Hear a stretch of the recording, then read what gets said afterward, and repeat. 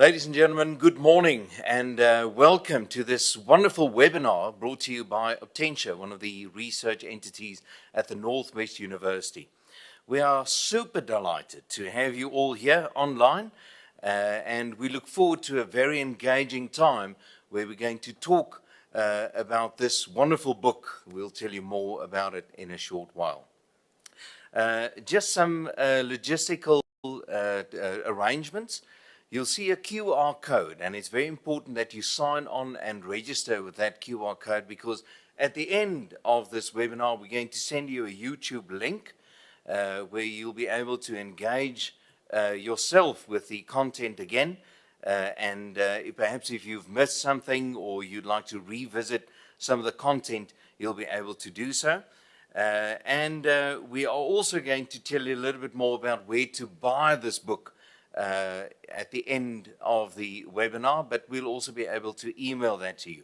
But to email it to you, we need your email address, and therefore you need to register. So the QR code is quite important. Please register there. Also, throughout the morning, you'll be able to ask a few questions to the different presenters. So as you are on YouTube now, please make sure that you are signed in, because then you'll be able to provide some of the questions that you might have in the comments section on YouTube. So make sure that you're signed in, and then you'll be able to engage with us and ask a few questions. All right, ladies and gentlemen, let us start. We're talking about relational caring and presence theory. That's the title of the book. But to officially welcome you, we've brought in someone with a strong sociological background. He focuses on sociology, anthropology, but he is in fact a professor of socio-gerontology here at Obtentia.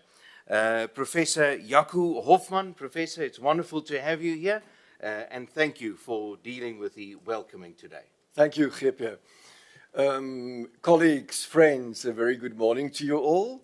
I'm Jaco Hofman, as Gepe mentioned, and on behalf of Prof. Ian Rothman, Obtentia Research Unit, and Professor Velma Libbe, welcome, so from Numik, and also Prof. Matspane from Mahikeng campus, a very warm welcome to you all.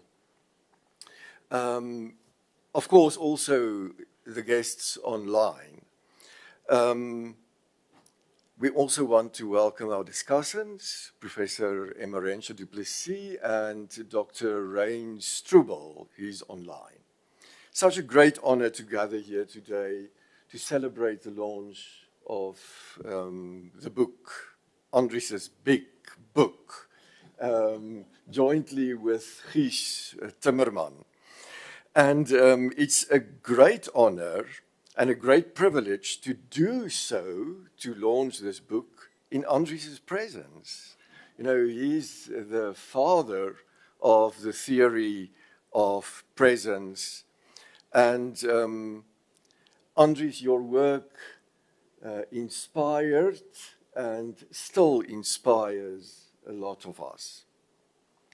At a time when care systems are under pressure, when public trust feels fragile, and when too many people feel unseen or unheard, the presence approach offers something quite and quietly radical. The power of truly being with somebody, with someone. Not to fix, not to advise or analyze in the first place, but in the first place to listen, to notice, and to stay present.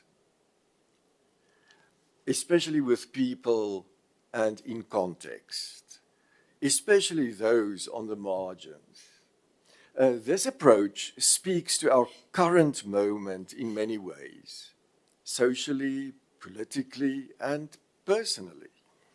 It reminds us of what people need most, And that is not just efficiency or quick answers, but attentiveness, dignity, and respect. In a fast-moving world, it asks us to slow down. That's a big ask. And in an age of data, it reminds us to care about the person behind the stats. For us in research, it gives us a powerful challenge, ethical challenge, not just to study people, but to stand beside people, to see ethics not only as a checklist, but as something we live through our relationships, through humility and through trust. So today, as we celebrate this book, we also celebrate a way of seeing and a way of being that place presence at the heart of both care and knowledge. Thank you, Professor Bart, for showing us that being truly present is not only a soft option, a quiet option, but is a brave, ethical, and deeply humane one. So, congratulations, Andries. Congratulations, Guus. And many thanks for those involved in the logistics. Dr. Pietro Bernardi, congratulations with your new PhD. So, Ms. Anunette Jordan, thank you, Anunette. And then, of course, Lynn Boyens. Thank you so much. So much appreciation. And then, Geerpeer, thank you for chairing and facilitating this. And thank you once again for all being here. Thank you, Professor Hofman, for that welcoming. We all feel welcome. Ladies and gentlemen, Professor Hofman leads the Aging and Generational Dynamics in Africa program at Obtentia, and he does so quite well. You're more than welcome to speak with him. Just go to Obtentia's website. It's a beautiful website, by the way. But visit it, and you'll be able to learn some more. But our focus today is on this book called Relational Caring and Presence Theory. And present today is one of the authors, Professor Andries Bart. This is an incredible book. You really need to have a look at what's happening and how the content is dealt with in this book. From an epistemological perspective, it has everything that you need to know about presence, caring, but it also provides you with practical ways and how to conduct yourself when it comes to having that presence in especially the healthcare environment. But I don't want to go on too much about it because we have experts here who will be able to do it. We're going to hear from Professor Andries in a short while, and followed by following his presentation, we're going to have two discussants who will deal with perspectives from practice, but then also of Yama, or to organize a braai and invite author. Ladies and gentlemen, I'm going to hand you over to the professor who will give us a short introduction, a presentation on what's happening in that book that he co-authored with Dr. Guus Timmerman. Ladies and gentlemen, I give you Professor Andries Bart.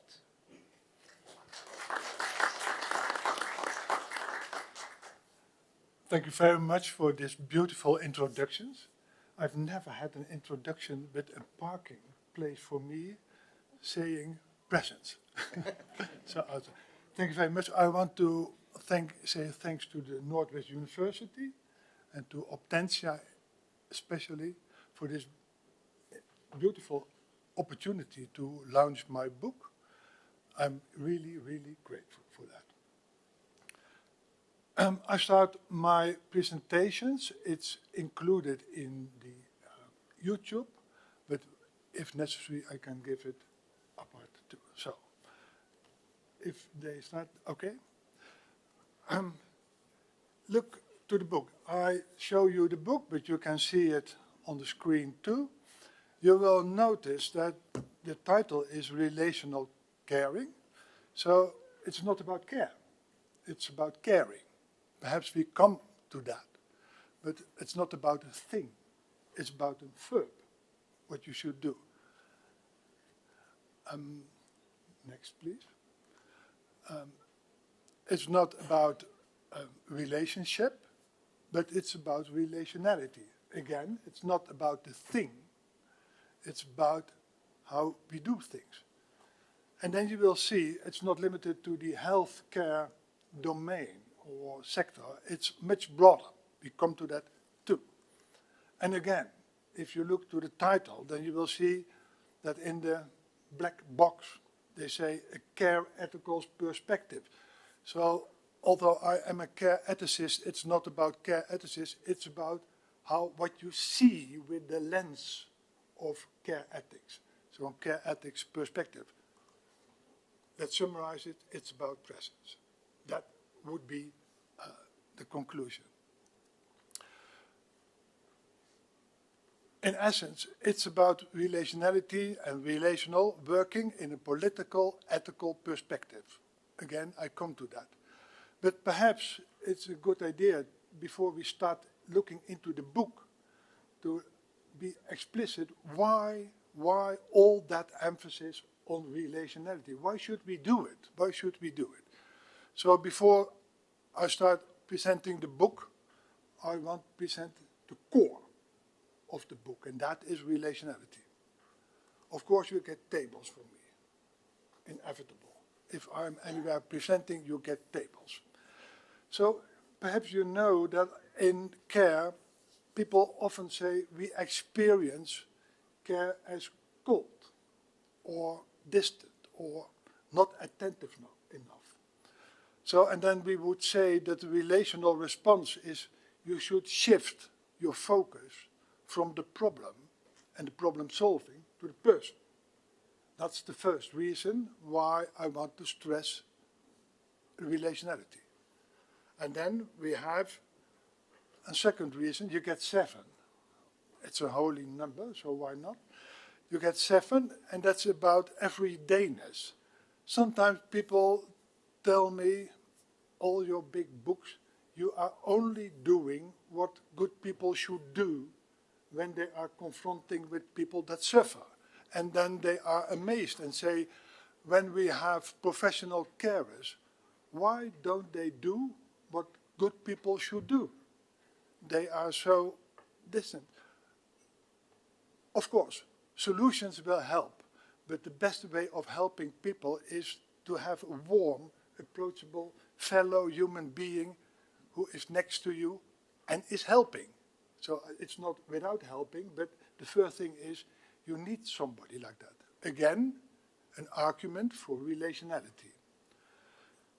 And then we have another relationality. As scientists, no, I'll say it another way.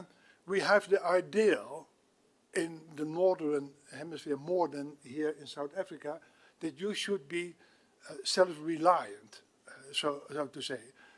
And we have the habit to individualize problems. It's your problem, and you should solve it. But we know that we should be able to approach care receivers in their networks. People on their own don't exist. They simply don't exist. And if we look that way to them, that's not the way we should look at them. And then the fourth argument, there are beautiful books about the fourth argument, and that is you have the logic of producing care, so to say, or to produce solutions, etc. That's a specific logic. But the logic of caring is another logic. And what they say is the two interfere. They have a coalition. They not go further. And in the end, the logic of solutions, the logic of productions is more dominant than the logic of care. Here you see a fourth argument. A fifth, as said, you get a 7. Well, we as a scientists, we are inclined to reduce the complexity of problems in order to be able to solve them. Reduction, reducing the problem, reducing the complexity is what we do. But we know from experience and from research that the more you reduce the problem and the complexity, the less relevant is the solution. So solutions should be relevant because they enhance, they contain the complexity of the original. And I would say having a plea for relationality is, you may summarize it, don't look through a straw. If you look through a straw, you hardly can see what's happening. Look broad. Then the sixth one, of course, people want to be helped. And if you are able to be helped in an efficient way, but whatever you do with them, they want to be seen, heard, and taken seriously. So helping without taking them seriously, without recognition, is not good help. Again, it's an argument for relationality. You should see them. You should respect their feelings, their knowledge of their own problems, their feelings, their perspective, etc. Recognition is part and parcel of all good care. And then the last argument. You see, I'm talking about the core message, you could say, of the book. Of course, if we are giving care to people, then we are not able to give care to all people. So we are selective. And in being selective, you are political. Because you decide who gets care and who don't. And that is that you are establishing an order of the people helped and not helped. Being self-reliant, getting help. And it's an essential message. Care is not about microethics. Care is always about macroethics. We shape the society we want with care, with including and excluding. So that's again an argument to say care is relational and is just much more than just I help you. It's much more. See you, I come to the book, but this is, I would say, the main message of the book. By the way, between my chapters, I have beautiful photographs. At least I find them beautiful. I took them last Saturday in a gallery, so they are brand new. And if you get tired of me, please look to the beautiful photographs. Okay. So the main emphasis of the book is being present. And as you know, we always say you have to be present with people in order to be present for people. So there's always the dialectic between with them. Essential message, if you are not with them, what are you going to do for them? What are you going to mean for them? You can't be a nurse or a social worker and step in and say, I know what I have to do. You have to be with people in order to be for them. So that sounds simple. And people always say to me, all your big books, it's that simple. I can do it. My sister can do it. My mother can do it. But it's not that simple. We know by experience, we know on a theoretical basis, it's not that simple. So in the book, we present how to do it. That not simple activity, so to say. And we do it in the book in an historical perspective. We do it in a theoretical or conceptual level. I'm a philosopher and you see the traces in the book. We do it on a practical level. So it's not just theory, it's in a practical level too. And we do it well framed in ethics. So ethics is part and parcel of the book. We do it by translating our findings into the professional practice. and the process of learning and formation that you need to get professional carers. And we go further. In the book you will find that we focus on the quality, the question of quality and good quality, the promotion of it, the monitoring of it, and the accountability. So not just saying what we do is good. No, the book is much more specific and it's going into that. And in the book we, on many, many pages, we illustrate the practice we are writing about with cases and real world examples. In the next sheets, I'm going to illustrate this. But now you have a kind of an overview, I would say. I'm presenting the book, but as said by our moderator, I didn't write the book on my own. I did it with Guus, and I want to mention him explicitly. Without his contribution, it should not have been happened. He was incredible support for me to get this work done. He is in the Netherlands, where we have our 80th commemoration of the liberation from the Nazi Germans. And he thought I should, with my children, celebrate that liberation. They should understand in the world of today what it means to be liberated. And he excused and we accepted. Perhaps he is going to join in with the questions and answers, but we will see. But I want to mention him explicitly. So let's go to the theory as present in the book itself.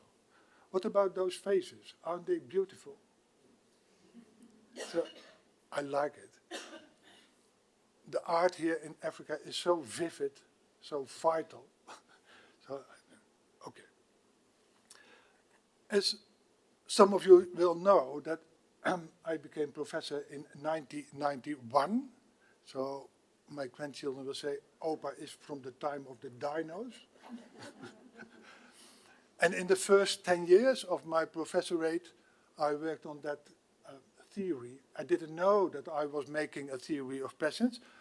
What happened is that I immediately started doing a specific research with 2 pastoral workers in a disadvantaged neighborhood in Utrecht. And it was a long-term research. It took nearly 10 years, so to say. And in 7 years, we studied in depth those different practitioners. I interviewed them on a monthly basis. Can you imagine to be interviewed 7 years on a monthly basis? They get mad of me with all my questions and to be more specific.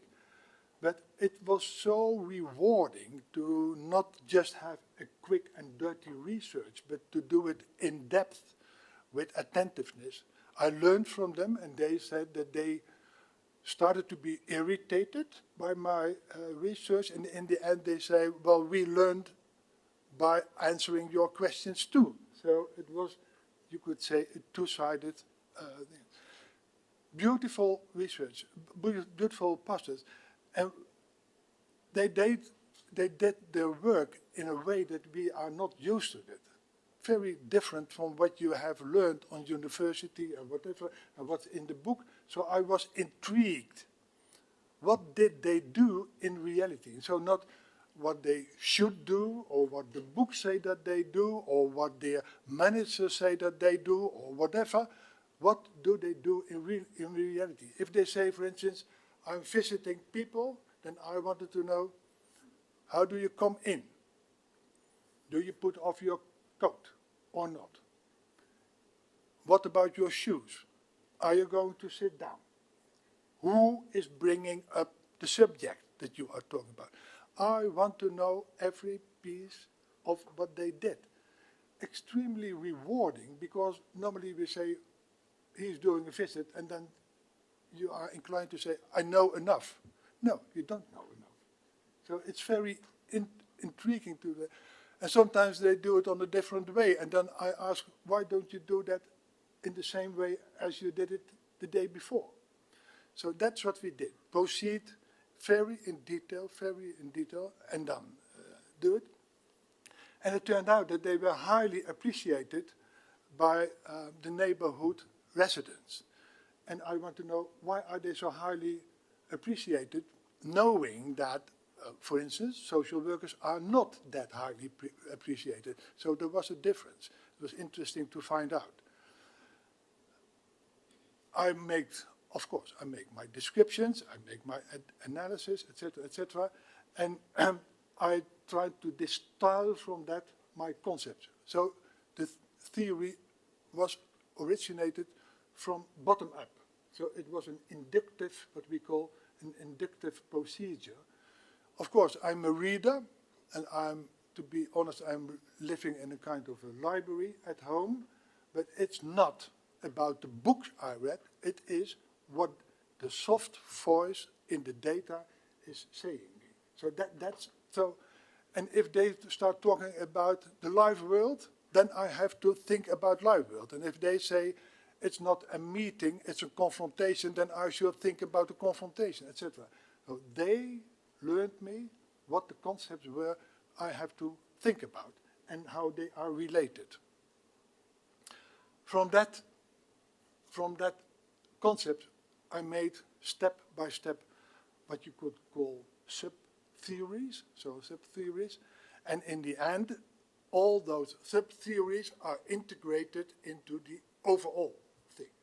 And then you have a book of 900 pages. And for that integration, I have been in isolation. It looks a little bit like a psychiatric ward or whatever, but I've been in isolation in order to get the thing fit in. So it was not an easy thing. And then in the end, you had the theory of presence. And in the book, you can see it's rather a flat picture, but it's a thick book. So it starts with the practice, and then you have the sub-theories, and then the theories, and then in the end, etc., etc. That is how it... So I always say, and some of you have heard that a few times from me, I am not the one who invented presence. That's not true. I have discovered it in practice. There were amazing practitioners doing it. The only thing that I did was describe it, think about it, order it, to bring it to a higher level. But I am not the inventor. For me, it's very essential to say so, for two reasons. Sometimes people say to me, reading presence, can you do it? Yeah, of course, I find it. I have found it in practice. And the other way is that people ask me, but in a theoretical way, what should we think of it? And then you should say, think as they do. Think as they do. So if you read your books, and of course, I am a reader, I stimulate people to read as much as you can, but in the end, it is, are you willing to follow excellent workers or not? Or do you think, I'm a scholar, I may overrule them, I know better? I never think that I know better, really. It's not about trying to be humble, but it's not that I think that I do. Always we be with them in order to be for them. And that's the same if you do your research. So I say theory follows practice, and not practice follows theory. It's the other way around. And in the end, you have a full-fledged theory. And working with my dear colleague Guus for many years, he learned me, or I learned from him, that the expression, it's a theory, is not the best way to say so. He says to me, it's a set of theoretical lenses. So you should not, well, he told me being present and to have that huge theory is not a good idea. If you are present, then you can say, I look in a specific way, I interpret in a specific way, I value in a specific way. That are those lenses. So nowadays, I'm not that inclined to say it's a huge theory. Sometimes in my dreams, I think it's a theory, but in the end you should say it's a set of lenses. And then people ask me from universities in the Netherlands, universities, practical universities, they say, please, that big book, make a summary from at least the max 60 pages, just with bullets, and just say us what to do. And we never, ever did it. And I think you should not do it. Because if you say, for instance, you should relate to people, then they say to me, or you should attune to people, then they say to me, should I look at them? And then my answer is, if that is attuning you to them, yeah, you should look at them. But if it's not attuning, don't do it. And then they ask, should I put my hand on his shoulder? And I would say, if that is attunement, you may. But if you do it with me, I don't think that's an attunement. Don't do it. So you can see, we give general principles, so to say, but I don't tell them how to practice. And I can't, because you have to know the principles, and in a specific situation, you have to find out what is adequate there, with that person, in that moment, with that kind of problems. You can't do it in general. They say, should I be empathic? Yeah, nothing wrong with empathic, but if you are dealing with drug addicts, I would advise to have a broader repertoire than being empathic. So you have to find out. So you see, it's very, people think it's an uneasiness in that theory. You get the principles, but you don't hear what to do. You have to find it. There we have our tenet of situatedness and contextuality. You know the principles don't change, but what you do is changing all the time. And many of you are nurses. I have been working in hospitals. If you are working on the ward of oncology, it's not emergency. So you have to do different things. Okay, that is how we did it. And then in the years after 2001, when the book was published, in those days I was professor in theology, and it was about pastoral workers in disadvantaged neighborhood.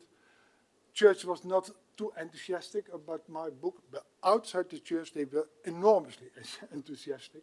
That's rather a discovery. Church say, yeah, well, are they pastoral workers? What are they doing, etc.? But outside they say, that's the language with which we can explain what we are doing. So then the book became a success. I didn't intend to have a success. It was 900 pages, and I thought, now nobody's going to read it. But it is, until the day of today, it is really a success. And it's because it's only the only one that is developed from bottom up. It's very appropriate to explain what you are doing. So it became a success, and we did it in two ways. So in a horizontal level, we had pastoral care, hospital care, housing projects, education, and so more domains in the horizontal.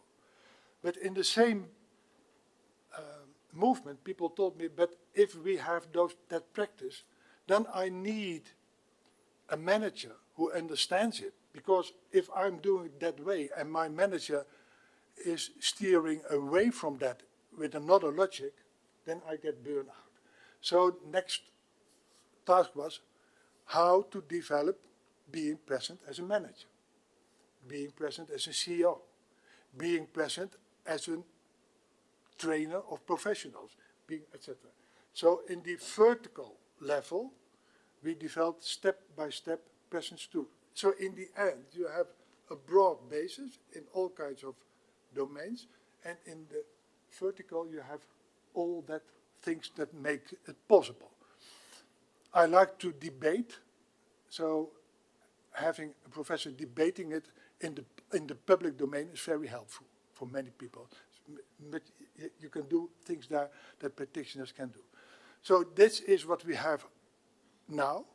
You can see all those books. Of course, there are many PhD students of me. I'm writing a book a year myself, to say so, and many other things. Mind you, after 2002, we have all this in all kinds of youth care, hospital care, as it comes to poverty, psychiatric, etc., etc., etc., many things, in more languages, etc. So you may say, yes, it's carefully researched, and that research in feedback loops helped us to polish our lenses so that we can see better. It's published in books, in dissertations, in articles, in research reports, and in practice-oriented curricula with which we can educate people to do it. So by now, it's rather a big thing. What about this? Beautiful, is it not? I like that kind of minimalistic, beautiful black and white things. So let's summarize quickly for the most of you some of the characteristics of what you have. So I talked about the history. What do you have? You know, it's radical, as Jaakko said, it's radical relationality. It's steering. So people that know my work, they know that I am not interested in presence as the extra, but as a steering principle. So it's not that I say, I know what I have to do with you, and now I am dripping in some oil to get my mechanism at efficiency as you can have. No, it is seeing you, relating to you. I have to understand what I should do. And then I should have a backpack with my nursing knowledge or my knowledge as a social worker, and then I take out what we need in this situation. So it's not in the front all my knowledge I'm going to apply. No, in the front is you. That's why we talk about it's the steering principle. So it's not easying what I already want to do. So it's from nearby, it's familiar, it's reliable, and we want professionals to be interruptible. There is a linkage between to be compassionate and interruptible. You can learn that from the Bible. If you can't be interrupted because you are on your way, and that's more important. If you are not interruptible, you are not compassionate. Compassion and interruptible are. And then we will say what you do should be according to the live world, or it should be cultural sensitive. What I do with the one, I don't do with the other. What we do with Turkish people, I won't do with Dutch, normal, original Dutch people, etc. You can see it's not an extra principle. If you attune, then you have to do it. So it's in it. And of course, it's value driven. So of course, we want to solve problems, and we are solving problems, and presence, people that are doing present are solving problems, but solving the problem is not the first thing. And I learned my students, caring is not about solving problems. If you can't solve the problem, you are still caring. Caring is not dependent of course, if you can do it, please do it. If you can do it quickly, do it quickly. If you can do it easily, do it easily. But if you can't, stay. Here you hear what presence means. See, it's not dependent on. And then we would say, of course, if people have a strength, that's fine. Empower them. But if they are vulnerable and they don't have the strength, nothing wrong with that. So I don't like, I'm now just talking about the discourse in the Netherlands, where all the emphasis is on strength, empowerment, etc. Of course, if possible, do it. If not, if you are just vulnerable, if we have to care for you for many, many years, then we have to care for you for many, many years. That's simply how it is.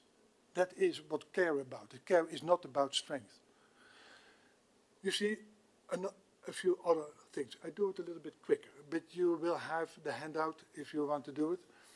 So essential is, I don't know beforehand what to do. I have to find out what the goods, as we as ethicists call them, what the goods are.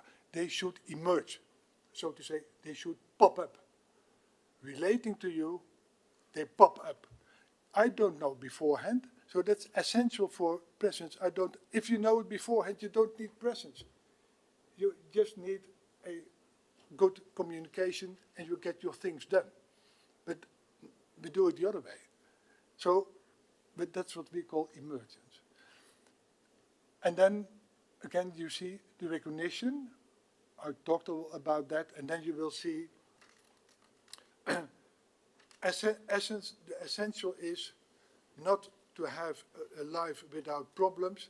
The essence of care is that you can live a meaningful life with your injuries and with your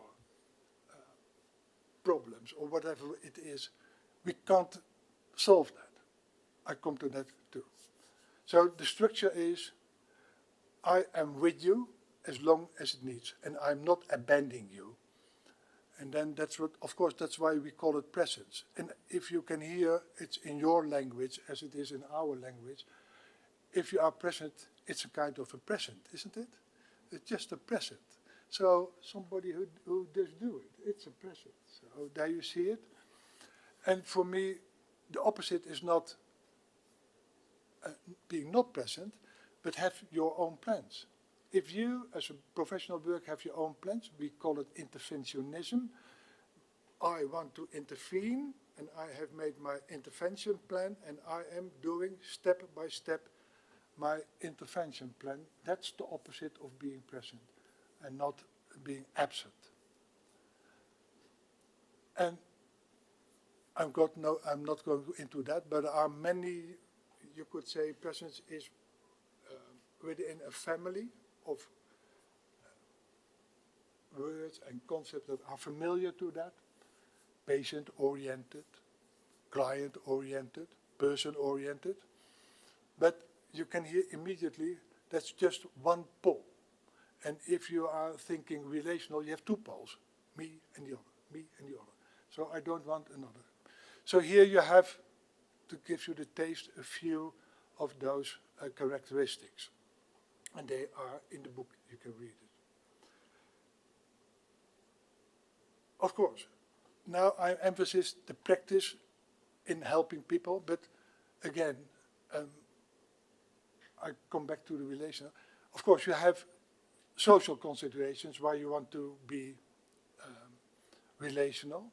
That's because the neoliberal system is very dominant, and we need anything better than that. But there are professional considerations. I have been in all kinds of care in the Netherlands, difficult care. The last years I was very busy with young girls who want to die by not eating, so the eating disorder, very, very skinned people. And then there is no other way to relate to that girls than relationally. There is no other way. So people sometimes say to me, but if I don't want it, then my question is, some is the only way that you can do it that way. It's not a choice. It's not a choice. I shouldn't know what you can do others. So professional, moral considerations. I have 5 minutes and I'm not halfway. Oh, so that's a problem. I pause in a minute and then I'm going to do it. And then you have the moral considerations to do it. And of course, those practical ways. It is just a good way of doing it. What I try to say again, relationality is good if you are in the health domain, but outside it's better. We all now suffer from populist, right-wing populist worldwide. And relationality is one of the answers. If people feel not heard, don't feel taken seriously, then they are inclined to vote for populist leaders. So in my book, in this book, in my early books, we always say, if you don't like populism, work relationally. Relationally is the answer to populism. If you take people serious, then they don't mind if the problems are not solved, if they are taken seriously. That's the problem. I'm halfway, so I now have a problem. Yeah, I have to think what I'm going to do. I'm going to skip, you will see it very quickly, and then I'm going to skip the content of the books. Here I have projected the book, and then I'm going to explain how the book is structured. You can see it here, and here, and here, and here, etc. That's what I'm going to skip. You can read it in the handout. So that's good for the time. And then I have selected a few of the items that I want to put forward, and I want to do a few of them. I have to find out which one, but I start with the first one and then we look. First of is, we said complex things should be approached in a complex way. Here you see, it's in our book, you can see it's on page 103, that we say we want to practice presence. So here you can see it, and practicing presence means to refer to many things. And you can see what I'm now to do is, the first thing is, you need attentiveness. Attentiveness, so you'll find in the book, in a chapter about attentiveness. And you should be able to perceive in an unbiased way what is happening. And you should be able to restrain. It's not about you, it's about the restraint. And then, of course, you should, in the end, acting in a relational way. And then you should stay with people. You see, I'm making a kind of a thing. And then, of course, you have to think about your power as a professional, your power that is helpful and that power that is not helpful. And then, of course, we should think about the quality. And that all is related. And then you get this kind of picture. It's in the book. But I try to show you that we don't just say one principle, do it. It's a mixture of different things. I skip this one. I come to the next one. In the book, we have a chapter about the quality and the quality system. By the way, beautiful picture, don't you think so? It's a bed. I was amazed by it. So, if we think about quality, we say the first thing that you have to realize is whatever we say of quality is in the framework of our society, with its paradigm. It's within our law, which say what you can do, what you should not do. It's within our science, with its things. So that's the background. And then we say, of course, it is about the concerns of people, and are we able or not able to alleviate those concerns. If you do it good, then you do it within the philosophy, and that's what you see in the myths, the philosophy of humanity. So in our system we have little pieces of philosophy, the philosophy of humanity, of the care receivers. Of course, the aim at the right side, the green balloon, is not, I would say, not quality of life. No, it is, are you able to live a satisfactory, meaningful life in relationship to the fragility of your life. Whatever your fragility is, it is not just quality. For me, I got the Elisabeth Kubler-Ross Prize last year in the Netherlands for my contribution to palliative care. But you immediately can understand, in the palliative care, quality of life is a ridiculous concept. What about quality of life if you are going to die? So it's much better to say, can you have a meaningful life given your fragility? That's better. So, and then you would say, care is good care if I get the help in order to get in the green balloon outside of the help. And then we say it's about alleviation.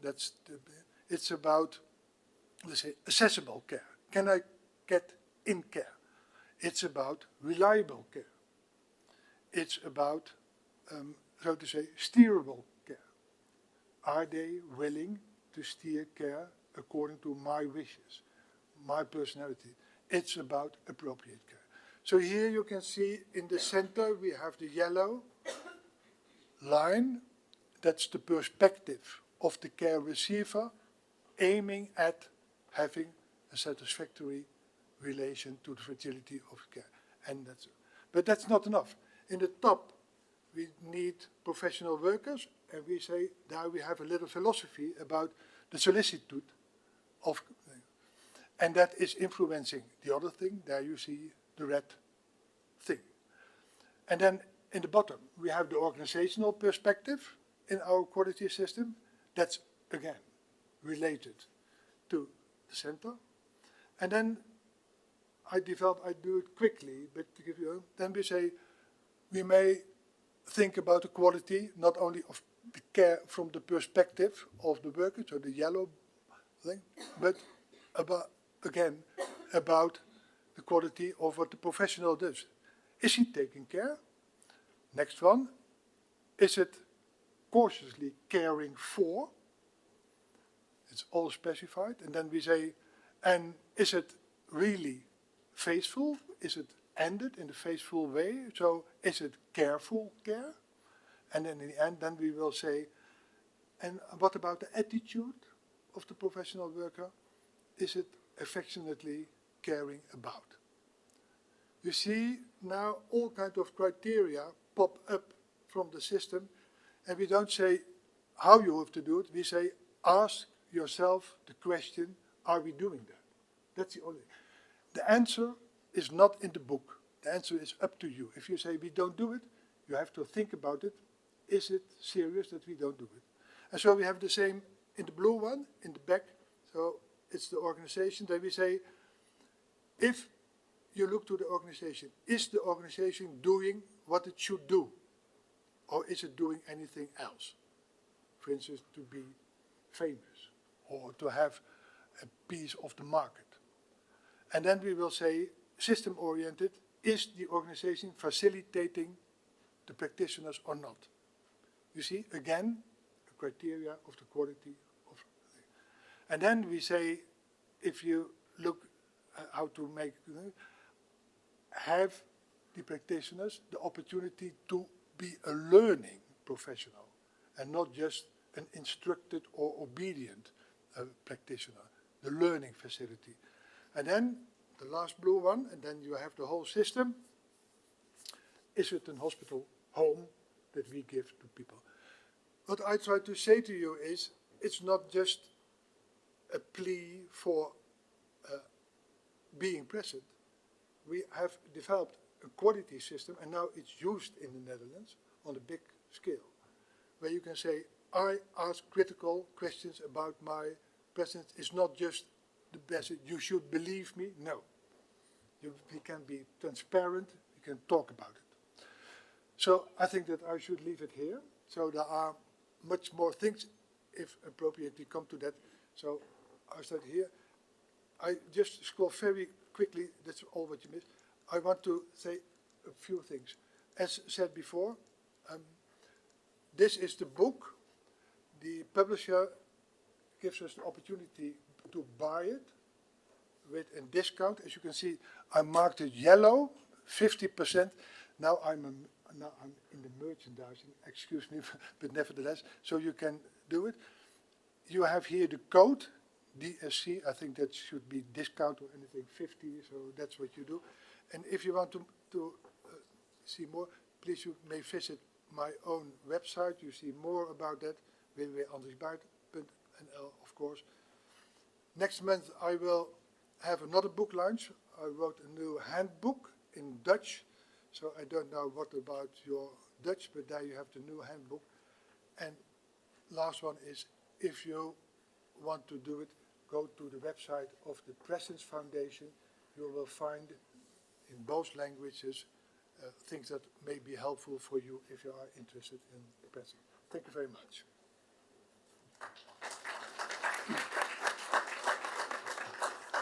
Thank you, Professor.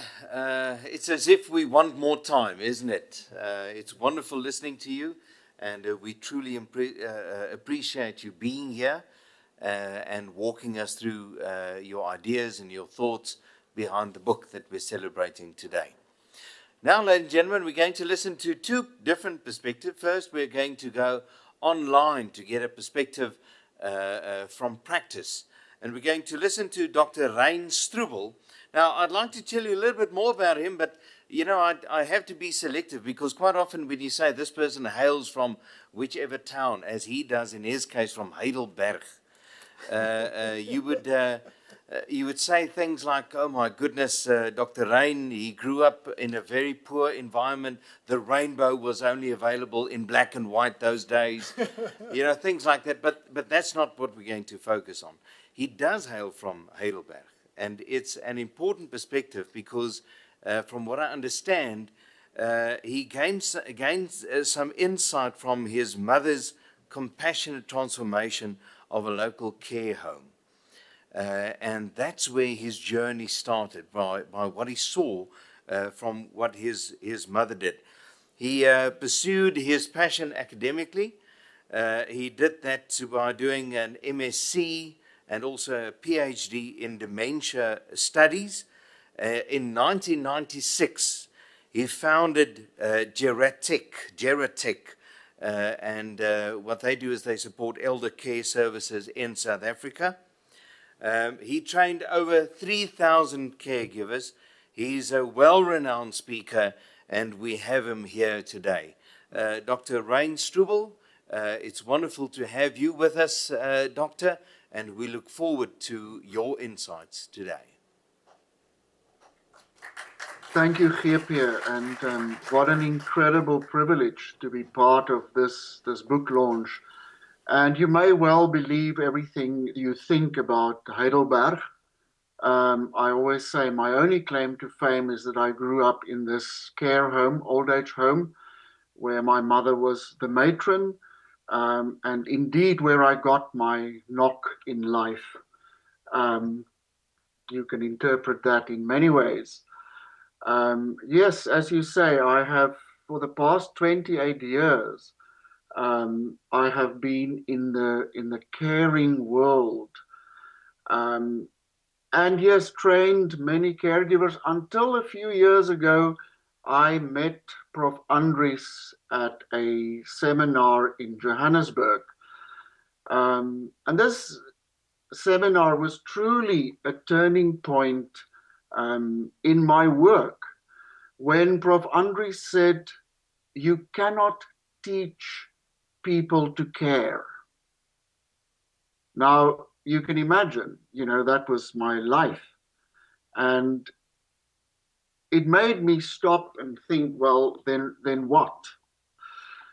Also, not long before that, I attended a lecture by Professor Arthur Kleinman, medical anthropologist at UCT Medical School, who said, "We have trained caregiving and goodness out of the medical fraternity."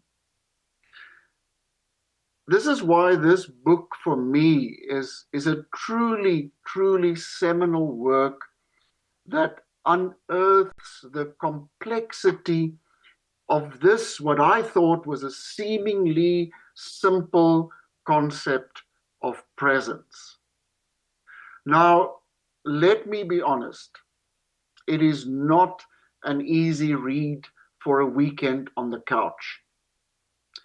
At one point, I said to Prof. Jaco that it feels like trekking barefoot over the Drakensberg Mountains, a saying that has stuck with us Afrikaners since the Great Trek, in that it forces the reader to stop, to reflect, which was the first point that struck me, how many people actually have this ability for deep, non-judgmental self-reflection and introspection.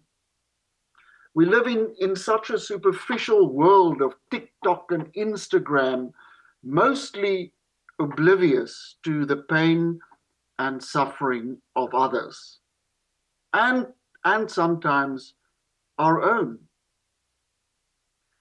We are fixated on drawing borders and creating distance, fighting wars and othering. The idea of respecting the otherness of others seems almost unattainable when something like gender identity can elicit so much hatred. In this first lecture of Prof. Andries, I remember his description of coming closer to the person within this relationality. You use the example then and now again that I have used repeatedly of approaching the person needing our presence with a shopping trolley full of ideas of our cleverness. This trolley creates a barrier that prevents us from truly being with that person, of truly seeing and feeling their presence. We only see our own interpretation of a problem to be solved, something that is broken and is for us to fix. We have 15 minutes to figure out how clever we can be in presenting a diagnosis and a remedy. We want a recipe, rules, and a painting by numbers of a solution for this problem that we encounter, instead of inquiring with an open heart, reflecting, contextualizing, and paying unconditional attention to the person we are with.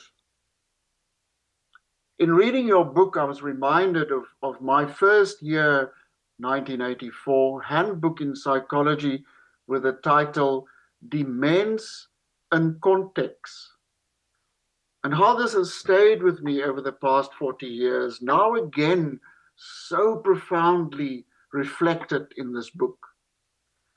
The understanding of the particularity of every individual. In my world of working with people living with dementia, I always say, if you have met one person living with dementia, you have met one person living with dementia.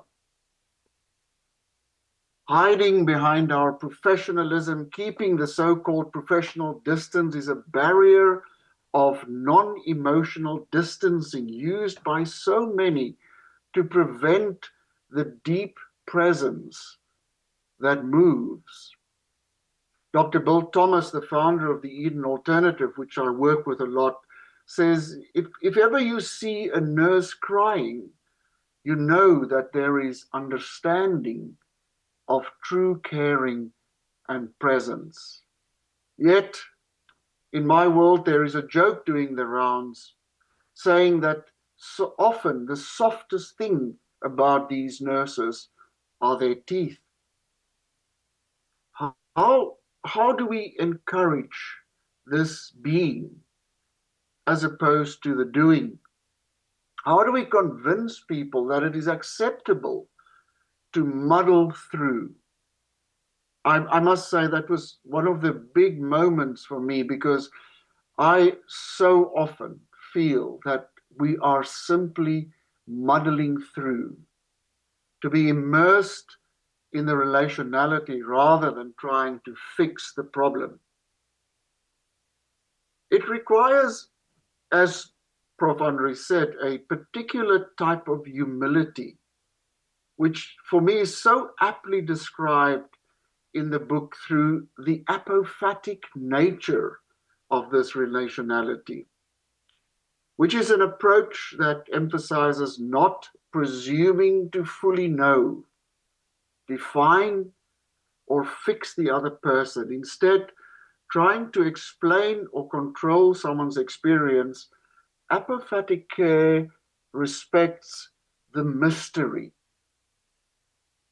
the silence, and the limits of our own understanding.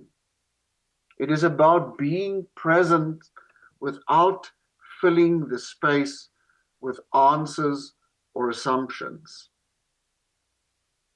Apophatic care in this humility is the knowing that we don't and cannot always know.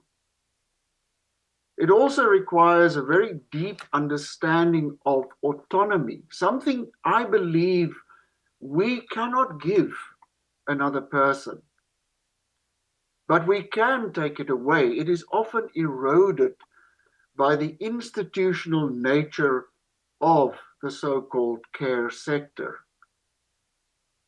I always find it difficult to explain autonomy, especially to the thousands of marginalized caregivers within the South African context of caring for older persons, who very seldom have felt a sense of autonomy themselves.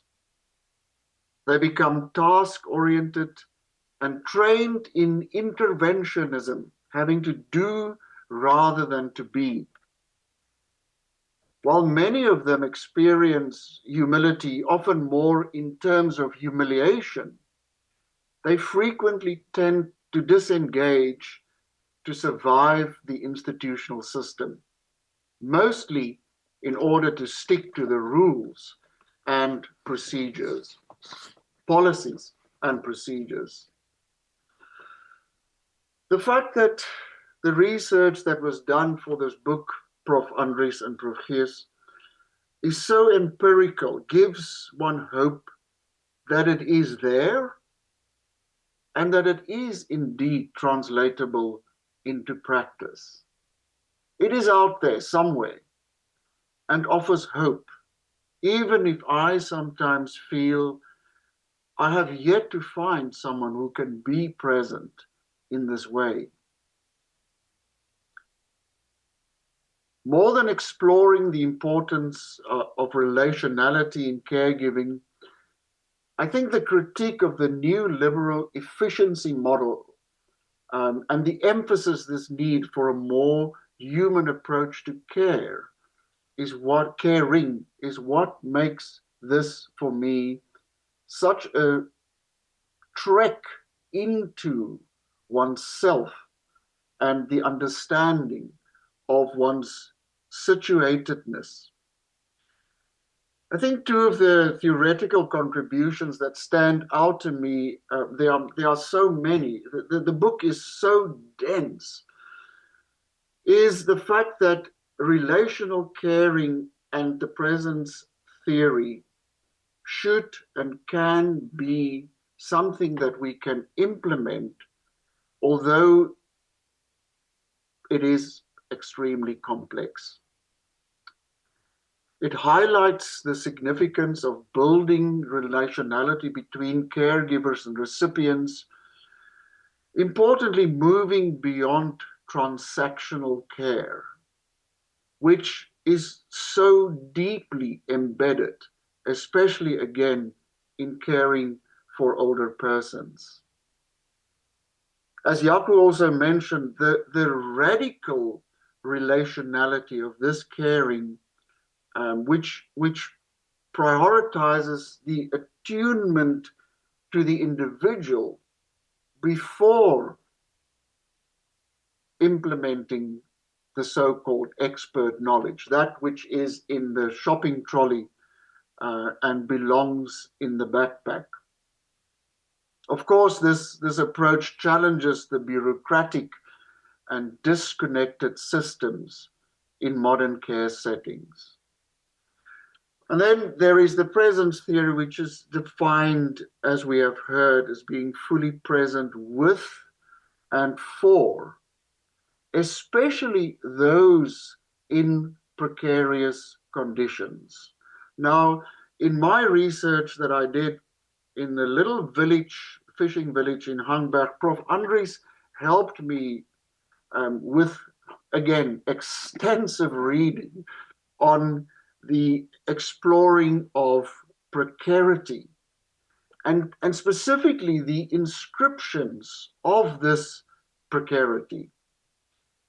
These inscriptions and re-inscriptions are fluid, weaving relational narratives in between the different registers of systems, as Prof mentioned as well, micro, meso, exo, and macro systems. I found in my field work in the little fishing village in Hart Bay that the complexities of these inscriptions of precarity are rooted in the stories in between, in the silences, the furniture, the street scenes, the kitchen smells, the shebeen sounds, and the dog walking away from a pile of rubbish, the children playing with bicycle rims in the street, and the vertoonkas that told the story of the situatedness. This also requires and creates a sense of interreliability and reciprocity as opposed to the usual interdependence in more static relationships. There is always a tension in this precarity, which is often considered to be negative and the very thing that people shy away from in the relationality. Yet I think it is this very tension that holds together the precarious situation and creates an energy that sustains the fluidity of the spoken and unspoken narratives, that requires an immersion into the context and situatedness of the relationality. I was excited to hear in the recent podcast about the workbook based on this work, and that it is in the making. Relational caring and presence theory is an incredible, valuable resource for rethinking caring practices. Its emphasis on relationality and presence offers a transformative approach to caregiving, encouraging practitioners, policymakers, educators to adopt and adapt these theories to improve caring systems is now imperative. Radical relational caring is an approach that prioritizes building deep, meaningful connections between caregivers and those they are caring for. The move away from solely focusing on tasks, efficiency, or expert knowledge, this concept centers on understanding the unique needs, emotions, contexts, and the experiences of the individual in the caring relationship. For me, the last and perhaps most profound aspect of radical relational caring and presence is that of mystery.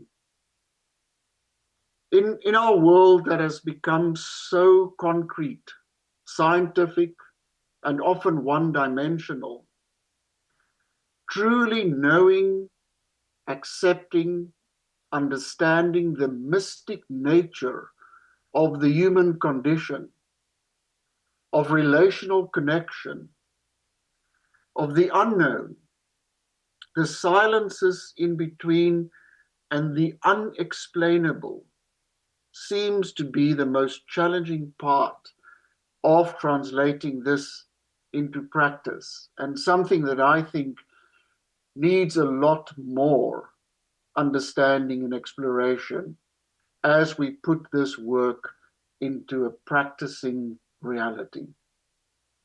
It is a truly profound piece of work. Thank you for opening up a whole new world for us. Thank you.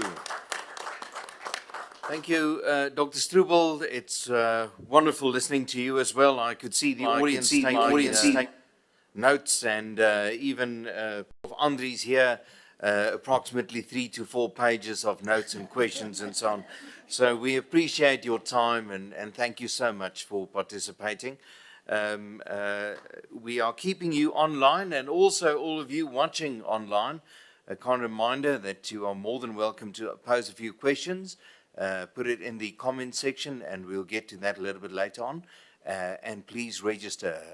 Wait for that QR code that'll appear on screen, and please register so that we know that you have attended. We are now jumping to a few perspectives from education, training, and research side. And we're jumping to the School of Nursing, a very interesting place. When I first visited, I was very confused. I had to go out and check if it's not the School of Modeling, since everybody working there is so presentable. But I double-checked, and it is the School of Nursing, and we're now going to listen to a perspective from that school. In fact, a research entity called NUMIC, and the professor that we are going to listen to is Professor Emerensha du Plessis. Now, wonderful to have her here because her focus is on presence and relational care. She's also a qualitative researcher, does a lot of work in nursing education, nursing administration, and so on. A seminal author, a seminal thinker from the Northwest University. Professor, thank you for joining us.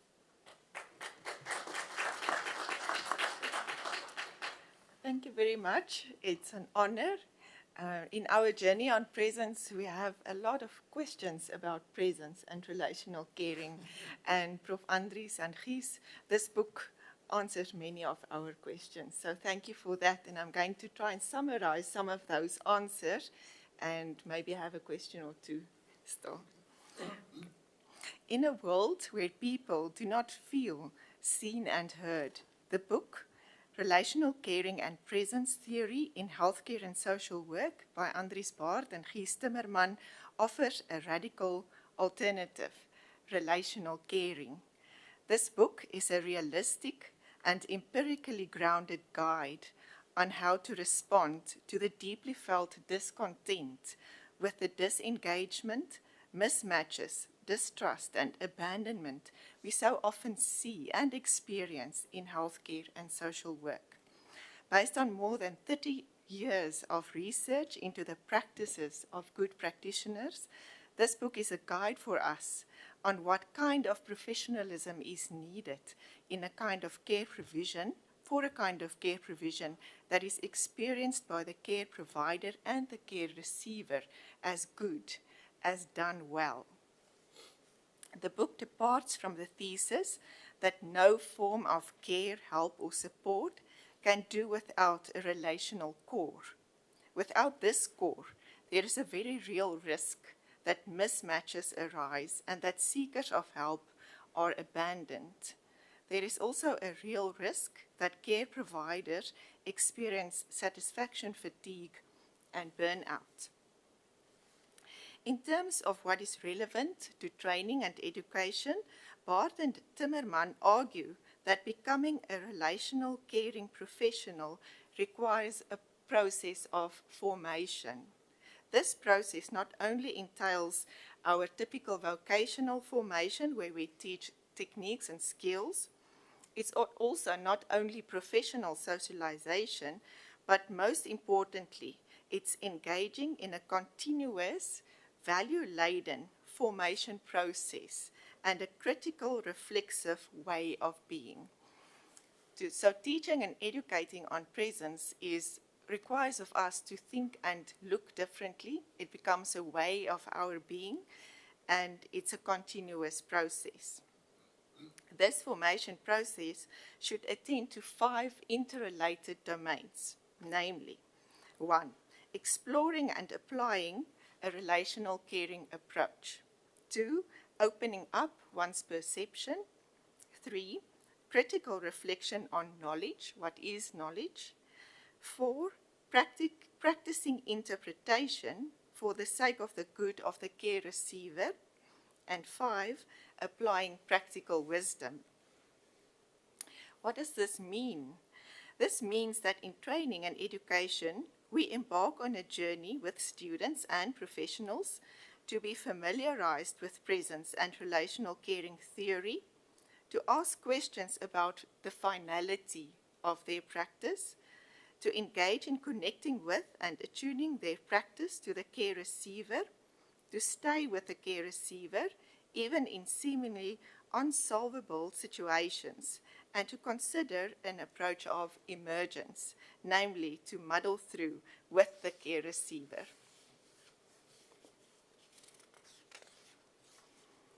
This journey requires a change in perception, namely the ability to perceive themselves and the care receiver as freely, openly, and carefully as they can, focusing on the development of attentiveness, moral sensitivity, and insight from the care receiver's point of view. Furthermore, the journey of formation means that together with students and professionals, we encourage them to think widely on what sources of knowledge are relevant in their practice. So to not only rely on policies and guidelines and best evidence, but to weigh that knowledge and also to see the care receiver as a source of knowledge and to be with them and hear from them what is the knowledge that they already have inside. Morality is an integral part of the formation process, and therefore we should engage students and professionals in moral deliberation and reflect with them on the ethos of care. We should contribute to the students' and professionals' ability to practice interpretation for the good of the care receiver. Very importantly, is to involve students and professionals to learn from practically wise professionals. That is why we need the professionals in practice to engage in a joint reflection on their own daily practice and to train virtues such as dedication and tenacity. Apart from this formational process, we also need formational resources. And in this book, our authors in depth discuss the following formational resources: an exposure, inquiry, deep learning, learning communities, case-based learning, quality deliberation and cultivating quality awareness, and art, as we saw in Prof. Andries' presentation. What does this mean for us? If we are interested in training and education regarding relational caring and presence, it means that we should realize that this is a lifelong formational process. Training and education should entail that we should practice relational caring and become practically wise professionals who can role model practical wisdom. And we should facilitate an open, receptive, and inquisitive way of perceiving, interpreting, and responding. Many of the formational resources advocated for by Bart and Timmerman are already in place. For example, we place students in clinical settings to gain vocational formation and professional socialization. We can use this placement as exposures, and the experience of students during their placement can be used in, for example, case-based learning, deep learning, and learning communities. We are thus in a very good position to enrich our educational practices by emphasizing the value-laden and self-reflexive formation process of students.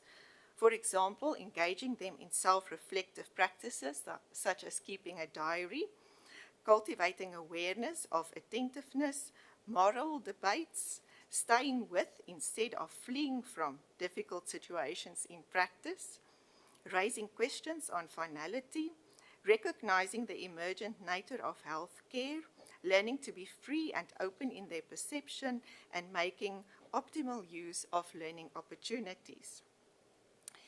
We need to guide them, and I quote, to learn and unlearn, practice and stumble, interact with care receivers, and be supervised by advanced, experienced, and practically wise colleagues. End of quote. An area that will need further conversation and development is that the care organization should be involved in this facilitation, specifically regarding the offering of skilled facilitators and a safe environment. That is some answers about our questions about how do we educate and train our colleagues and students in presence and relational care. We also had a lot of questions about research in this regard. In the field of presence, Bart and Timmerman suggest the study of practices of care, help and support in an integrated, revolving movement between qualitative empirical research, theory development, and political ethical reflection, those three elements. They call this approach an empirically grounded normative ethics of care. They argue that it is not possible to perceive well without good concepts and theories, while they also acknowledge the already existing internal morality of practices, and therefore they integrated phenomenological research, theory, and ethics in knowledge construction. What will this look like for us?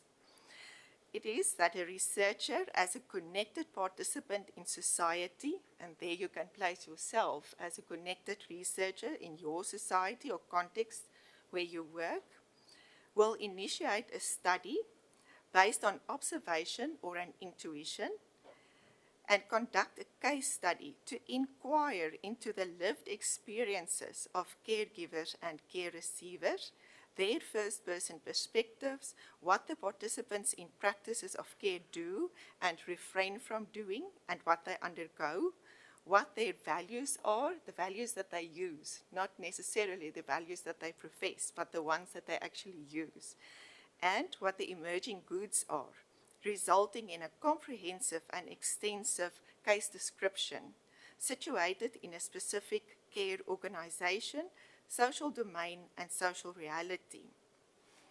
In determining the quality of such research, the number of cases included is not the only decisive factor, but the analyses of these cases should provide sufficiently profound theoretical insight into the practice studied, from which innovative theoretical concepts can be developed. The case description should thus be information-rich and should have information power. Bart and Timmerman call this kind of inquiry phenomenological, theory-oriented, capital N equals capital N case studies. The process does not end here. However, as research in care ethics require that the case descriptions and the resulting theoretical concepts receive affirmation from the persons who act and undergo the practice, the caregivers, who are positioned as co-researchers during the study. Furthermore, an ethical reflection is integrated from the onset of the study, acknowledging the practical knowledge and wisdom of participants in the practice that is being studied, and requiring the proper empirical, theoretical, and ethical capacities of the researcher to ensure the discernment of what is morally relevant, what is at stake, and what can be feasible recommendations for people participating in the practice. The outcome of this integrated and comprehensive process offers new and productive moral visions and is communicated not as prescriptions, but as relational soft recommendations, which may then again enter the revolving process of empirical research, theory development, and ethical reflection. In a conclusion, the strength of the book is that it fulfills its promise to offer a state-of-the-art description of a continuous inquiry into strengthening practices of good care and its significant results so far. The book answers many of our questions about relational caring and presence and provides even more answers beyond what we expected, such as explaining in depth the background and roots of the presence theory and significant and usable concepts such as relationality and finality. An area for further exploration is a plea of Bart and Timmerman that presence and relational caring is more than an intervention or a competence. And this is what we've been trying to finalize or balance out or clarify for ourselves from the beginning. As we are socialized into healthcare with an emphasis on vocational professionalism, in other words, skills and competencies, we will need to continuously reflect on our view of presence and relational caring. And we will need to continuously reflect on how to translate relational caring and presence into our practices. For example, through forming communities of learning to discuss model cases and perhaps equally important contrary cases of relational caring and presence. In summary, the book is a highly valuable, comprehensive guide for the practice of relational caring and practice, research regarding presence and relational caring from a care ethics viewpoint, and the formation of professionals as relational care practitioners. Thank you very much for this book. We appreciate it. Thank you, Professor, for your contribution as well. We really appreciate it. I can only assume that an expert such as yourself truly enjoyed the book and appreciates it. I'll tell you a little bit more about where the book is available once we conclude. But before we get to that, I'm going to give Professor Bart just another opportunity to respond to what we've heard. And then I'm also going to give you the opportunity to pose a few questions online, but also to those of you here in person, you're more than welcome to participate in a short while. Professor, first over to you. I'm a happy man with this kind of reviews. Thank you very much, Professor Ramija. Thank you very much, Dr. Rain. Let's start with you. I didn't have the opportunity to do my whole PowerPoint. And what I skipped is what you emphasized. So I'm very happy your emphasis on, let's say, the educational, the formational process and how to do it, what is in it. So it's more than education, it's more than in skilled training, it's a kind of inquisitiveness, continually being able, willing to inquire what is needed. Your emphasis on reflection, I agree with that. Your emphasis on doing it together, so it's not you on your own. So thank you very much for filling that gap. And I couldn't have said it better than you do. So thank you very much. And I think it's absolutely essential what you did. And of course, I'm curious when you and your team, and we are connected in a specific way, working with the book, what comes out and what we should do better, what should be focused for the next edition or whatever. But I'm happy with your accent. Thank you very much. And as it comes to Rain, thank you very much again, how you talked about the book. Incredible who those two referees are familiar with what they are saying. So it's not from Mars or Venus that they talk. So they are from the same planet, so to say. And I want to comment on a few things of Rain. His last point, it touched me. So that is the point of mystery. How far are we able to understand the other in his or her otherness? So having a machine and saying, well, if we use that machine, all people are the same, that's wrong. So well, giving people of respecting the otherness of the others is essential, but enormously difficult.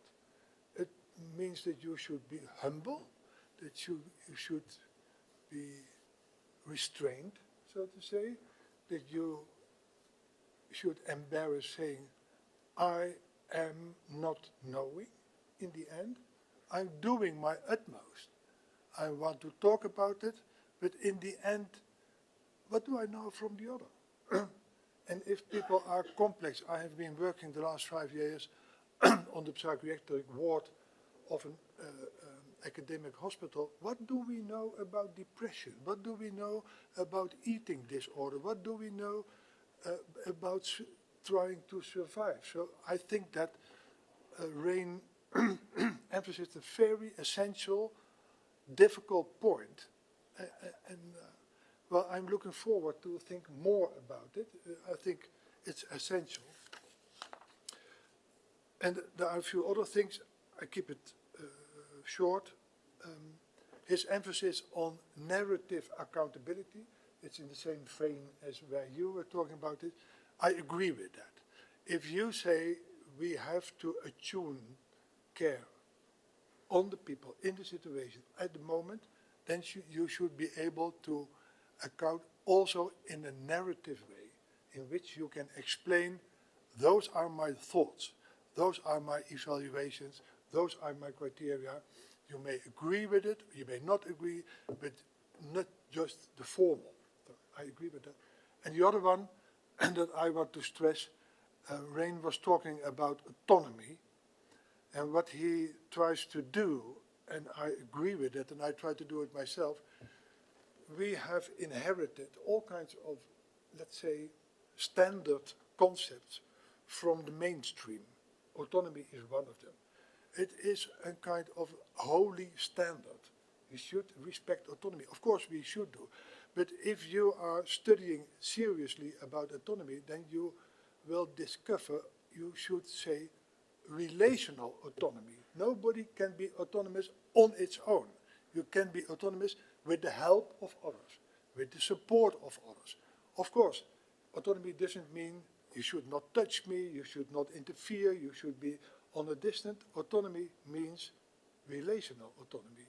And then that is much more intriguing and much more opening for people. You don't say, be strong, be on your own. You say, what can I do in order that you will become autonomous? So that's not the starting point, it's the end point. So I leave it with that. Thank you very much. Thank you so much, Professor. We appreciate it. All right, now, ladies and gentlemen, we have the opportunity for questions and answers from, I'm sure, from Professor Bart, but also our two other presenters might be available to answer your questions. Let's start with people in the room. When you ask a question, let me just ask you to switch on your microphone so that you are audible to our external audiences. May I ask, is Guus online? Let me ask our technical team, do we have Dr. Goets online? No, unfortunately not. No, you are on your own, Professor. So be strong or autonomous or whatever you'd like to be. It should be relational. Okay, it's fine. I know I'm going to answer. All right, let's start in-house. Let's have our first question. There you are, sir.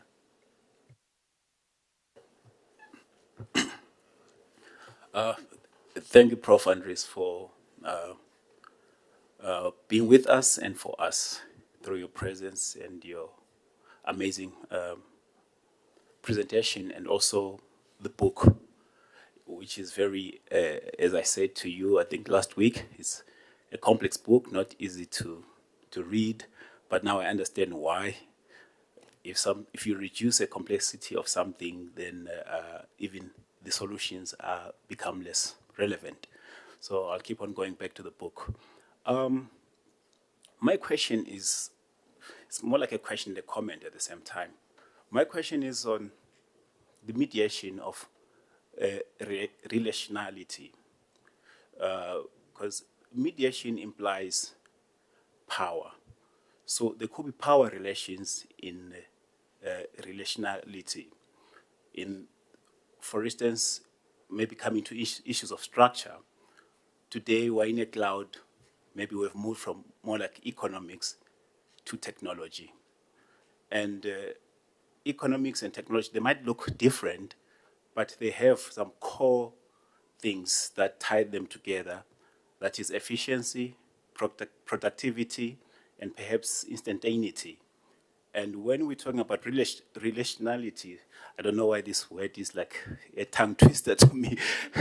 So how do we begin to think about that? Because technology has a bearing on how we relate to each other. For instance, maybe someone in care, maybe the use of the cell phone, maybe during work and stuff. But also at the same time, one can have rules against cell phones, say in a care situation, but that reduces it to rules and laws where this becomes a performative thing, which is not like coming naturally to the person. So the logics behind technology and economics, how do we begin to think about them? Because I think in any form of relations, they are really important. I will just maybe relate to the case of Ubuntu, which I think talks strongly to the presence theory, or there's some things that chime, one will say. Ubuntu, I am, for you are.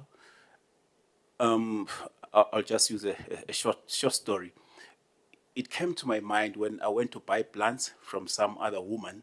She actually spoke to the plants not to go and yield more fruit and not to embarrass me or the people who were going to look after those plants. Also, and then I remember that my grandmother and grandparents, they used to talk to the seed before planting that it should bear fruit and so forth and so forth. That sort of caring, the relationship between the human and the plant, and also it's a logic, how people begin to think about caring.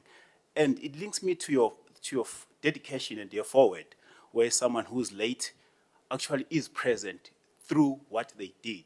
So there's this idea of presence in absence, or absence in presence, because of the impact, also because of the logic.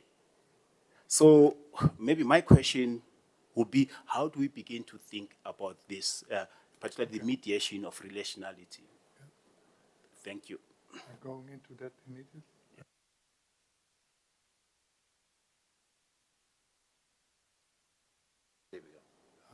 Thank you very much for your question. It's a big question, to be honest, and not easily to handle. Let's make a few notes, and I think that we should look for another opportunity to go in depth with that, but I hope I may say so. I agree with you that relationality is in a specific way a counter program. So it's not what you can see now in the outside world. So it's a counter program. That means that we have to fight for it. We have to plead for it. We have to show what it all think, what we can do. So that's on the one level. And you would say, if you look to economy, if you look to politics, if you look to our school system, then you will not find that much of relationality. So I agree with you. There is a kind of tense between that. So it's in, that's what I call a counter program, so we have to do it. But on the other hand, I have inspected all kinds of ontologies, so the philosophical thinking about human being, and then you come to the same point as where you are with Ubuntu, then you say people are themselves relational beings. And if you perhaps remember that when I get appointed to Optentia, I had an inaugural address about Ubuntu and care ethics. So I agree with you, there is on the one hand a rather, let's say, pessimistic narrative about the relationality of our world, and on the other hand we have the scientific literature that say we are relational beings. So and now how to bridge the two. So the more theoretical knowledge on the one hand and reality on the other hand. And I agree with you that in the end, modern literature says the linking philosophy is ecology, not just ecology about nature, but how we are here. This is not just a network. We start to think in an ecological way about our beings, and that includes our things, excuse me, to start our things, and then it includes our families, and then it includes our nature, it includes our future, it includes our plans, etc. And in my other book, excuse me to talk about that, I have elaborated the ecological consequences of a relationality. So I agree with you, on the one hand, reality, on the other hand, the ontology, and then in between the ecological way of thinking in social domain, psychological domain, physics, etc., etc. But yeah, it's a program. It's a program. Thank you so much. We appreciate the question as well as the answer. Thank you, Professor. Let's take another question. Thank you very much. Thank you, Prof. Bart and Dr. Gies. I agree that it's a lifelong process to become a relational caring professional. I've been involved with Presence from 2017, thanks to Prof. Emerentia, and we had the privilege to visit Prof. Andries at the Presence Foundation in the Netherlands. What I want to ask today is, I see you talk about relational and then about relationship. And then you talk about care, and then you talk about caring. So I would just like to know a little bit more about that, please. Thank you for the question. And to be honest, it took many years for myself to discover the difference. So initially I was talking about relationship when I was talking about presence. And then I was confronted with people that told me, do you know the handbook about relationships? And I bought it and I read it. So it's 1,100 pages. And it's all about having a relation. Mark the word having. Having a relation. And then you can read in that book, if you have a relation, you get things done. You may create confidence. You can steer your communicative skills, etc., etc. And then suddenly I thought, but that's not what I mean. It's not having anything. It is how you look to people. If I look to you, let's say look to you, then I can look to you in a relational way. That means I include, rather in the way as Professor B talked, I can include your background. I can include your culture. So it's not whether I have a relation with you. The question is, if I look at you, am I looking at you in a relational way? If I respond to you, am I responding in a relational way? So I realized in that moment, I'm not looking for relationships. I'm looking for people that in their perception, in their interpretation, in how they evaluate things, that they do it in a relational way. And then I was converted, so to say. I said, we should not talk about relationship.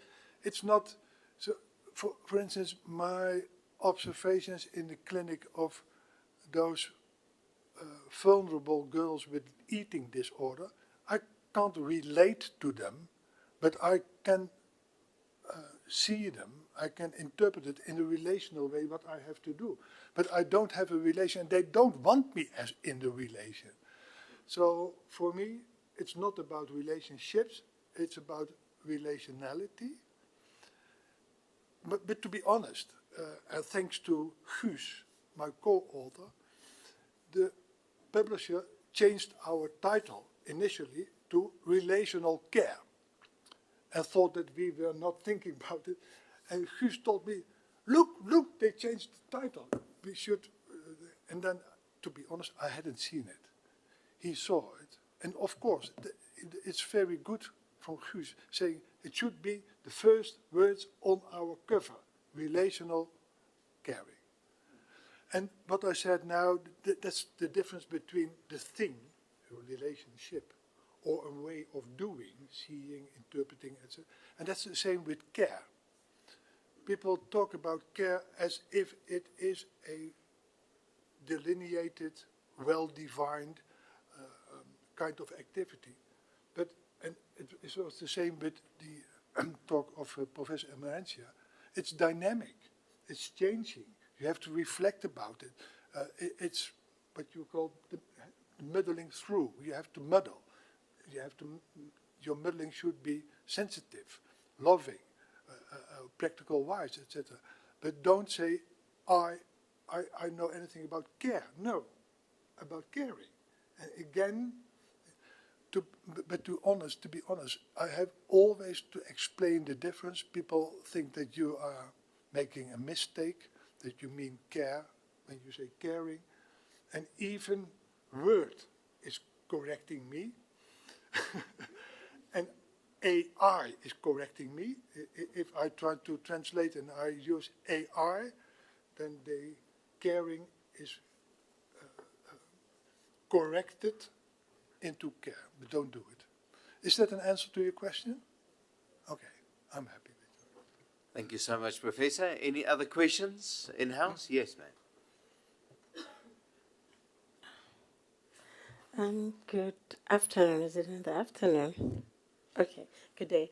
I wanted to find out, how do we position ourselves into caring, relational caring, while we are faced with AI and the fifth industrial revolutionization? Because now everything has moved to human contact, where people are now on their gadgets. I'll make an example. I've observed with my kids, when we were growing up, we would play home, we would play house, and I would go and visit a friend, and there was this relationship.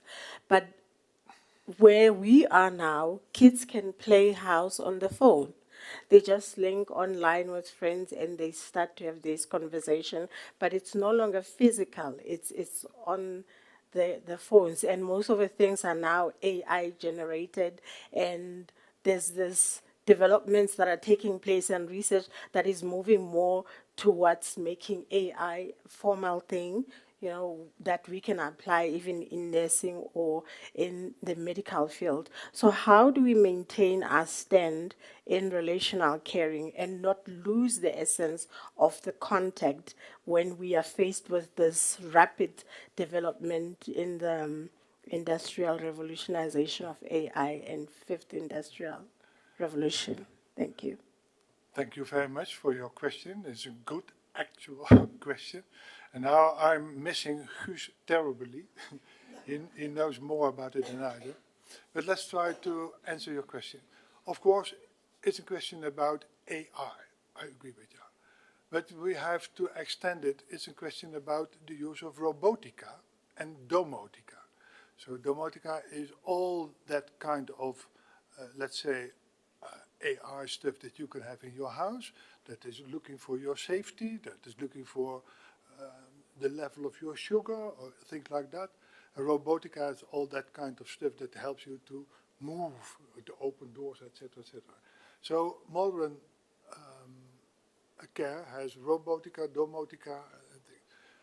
You could say that in the beginning, robotica and domotica are just tools and didn't change care that much. You can't say that from AI. That is really changing care. So what we try to do is, are we able to embed AI in care? Or is care embedded in AI? That's for me the big question. Are you in control of AI or not? And what we try to do is, let's say, I learned from Professor Yaku and his worldwide view. He told me that he once was on a congress in Japan, where very bright boys were making tools because they could make tools, but not because they were interested in care.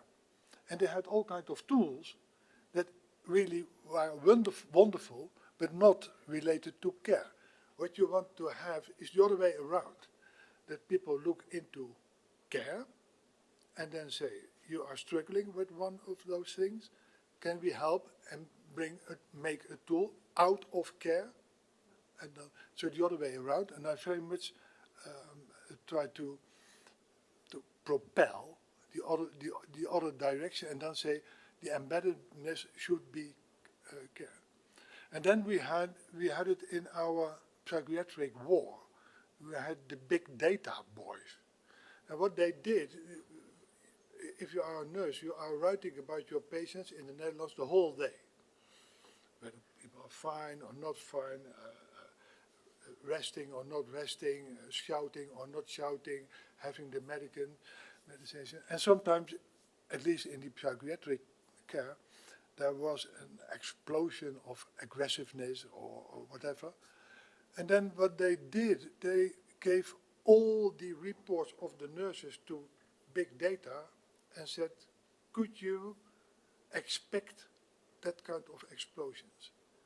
And AI really answered the questions and said, yeah, if we look into the reports of those nurses, then we can, let's say, foresee whether or not you will have that kind of problems on your ward. And now they are using IA to say you should be attentive about a possibility of unrest. And we're using it. So you get informed, you need to do nothing. Which another way it was used was with diagnosis. I have been in the ward, in the psychiatric ward, where they have long stay patients. Some of them have had 14 diagnoses or 11 diagnoses. It's incredible. And what they do, they give all those reports and speech to the big data boys and say, is there any in common? And what they do is then they let the doctor talk with the patient, and in the same time, AI produces a possible diagnosis. Mind you, a possible diagnosis. And then you would say, yeah, that's helpful. That's helpful. It's up to the doctor to say, okay, I get the suggestion, I see my patient, I know my medication, I know what we can have on our ward, how many helpers, I do it or I don't. And we see that they, in many cases, reject the diagnosis, and sometimes they follow. So what I try to say is, I would say the main principle should be bottom-up and embeddedness, and the other way is you should have professionals that may handle the suggestions of AI or big data and say, well, I don't need to obey. It's up to me as a professional whether or not I take it serious. Okay. Thank you so much, Professor. Ladies and gentlemen, for participating. We have reached the end of our session, and let me just say to be in your presence is an honor. Really, we grow as individuals and as a collective because you are here. Thank you so much for your time, Professor, and for your involvement at the Northwest University. We really appreciate it. There were some online questions. Are they not going to be answered? I have one that emailed the question to me. Thank you for highlighting it. I've not received an online question. If you have it in front of you, you may pose it. Okay, we have one from Nabila Suyi. She asked, how would Prof describe the link between relational caring / ethics of care and critical pedagogy when linking this to education? Sorry. Okay. Do you have that, Professor? Was that repeated? I'm not quite sure. So the relation between relationality, phenomenology, and link between relational caring, ethics of care, and critical pedagogy. when linking this to education? Sorry, I'm not in the education field. Now, I don't know whether I can go into that in an adequate way. I'm not sure whether I understand it. By the way, the ethics of care, we are now talking that in the domain of healthcare, but there is a huge branch within the ethics of care in pedagogics and in education. So that is another field where you can play. And I would say what they stress there is if in critical pedagogics, you have to relate to your pupils in order to be a good educator. I'm very much involved in a very big college in the Netherlands for young people that are educated to become craftsmen, so to say. So it's not about the intellectual development. And then you can see that many of them are from a vulnerable background. They are Turkish or incomplete. They haven't eaten before they come to school, etc. And there you learn from the ethics of care that if you are a critical pedagogue, you include the context. You are not just saying, that's what I have to learn you. Say, who are you?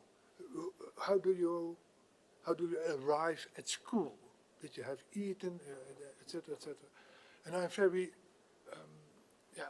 I admire the way that they try to relate. And if you don't relate, then you will see that many youngsters fall out of school and they deviate. So they are, so to say, lost. So relationality, critical relationality in school is the only thing that you can do in order to keep your pupils. So, and I really admire how they do it. So here you see the linkage between care ethics, pedagogics, and that kind of thing. But to include phenomenology now, that's one bridge too far. Thank you, Professor. And ladies and gentlemen, we've reached the end of our session now on nursing education. Perhaps this is a field that Professor du Plessis will explore a little bit more. If you are keen on studying in this field or doing some research in it, feel free to contact NUMIC. But also Obtentia. They do incredible research. Go and visit their website to see what they are all about. The book that we're focusing on today, Relational Caring and Presence Theory, is available at the Northwest University Library and as an e-book. Hard copies available at the Potchefstroom campus NWU Library, and also we ordered some more for the Van der Bijl Park campus. Ladies and gentlemen, thank you so much for attending. We kindly remind you that the special discount offer is available now. You'll most probably see it on screen soon. And we ask you to engage with us on this book and any other further studies or research that you pose in this area. A special word of thank you to Dr. Strubel and also to Professor du Plessis for participating today. We hope you have a great day.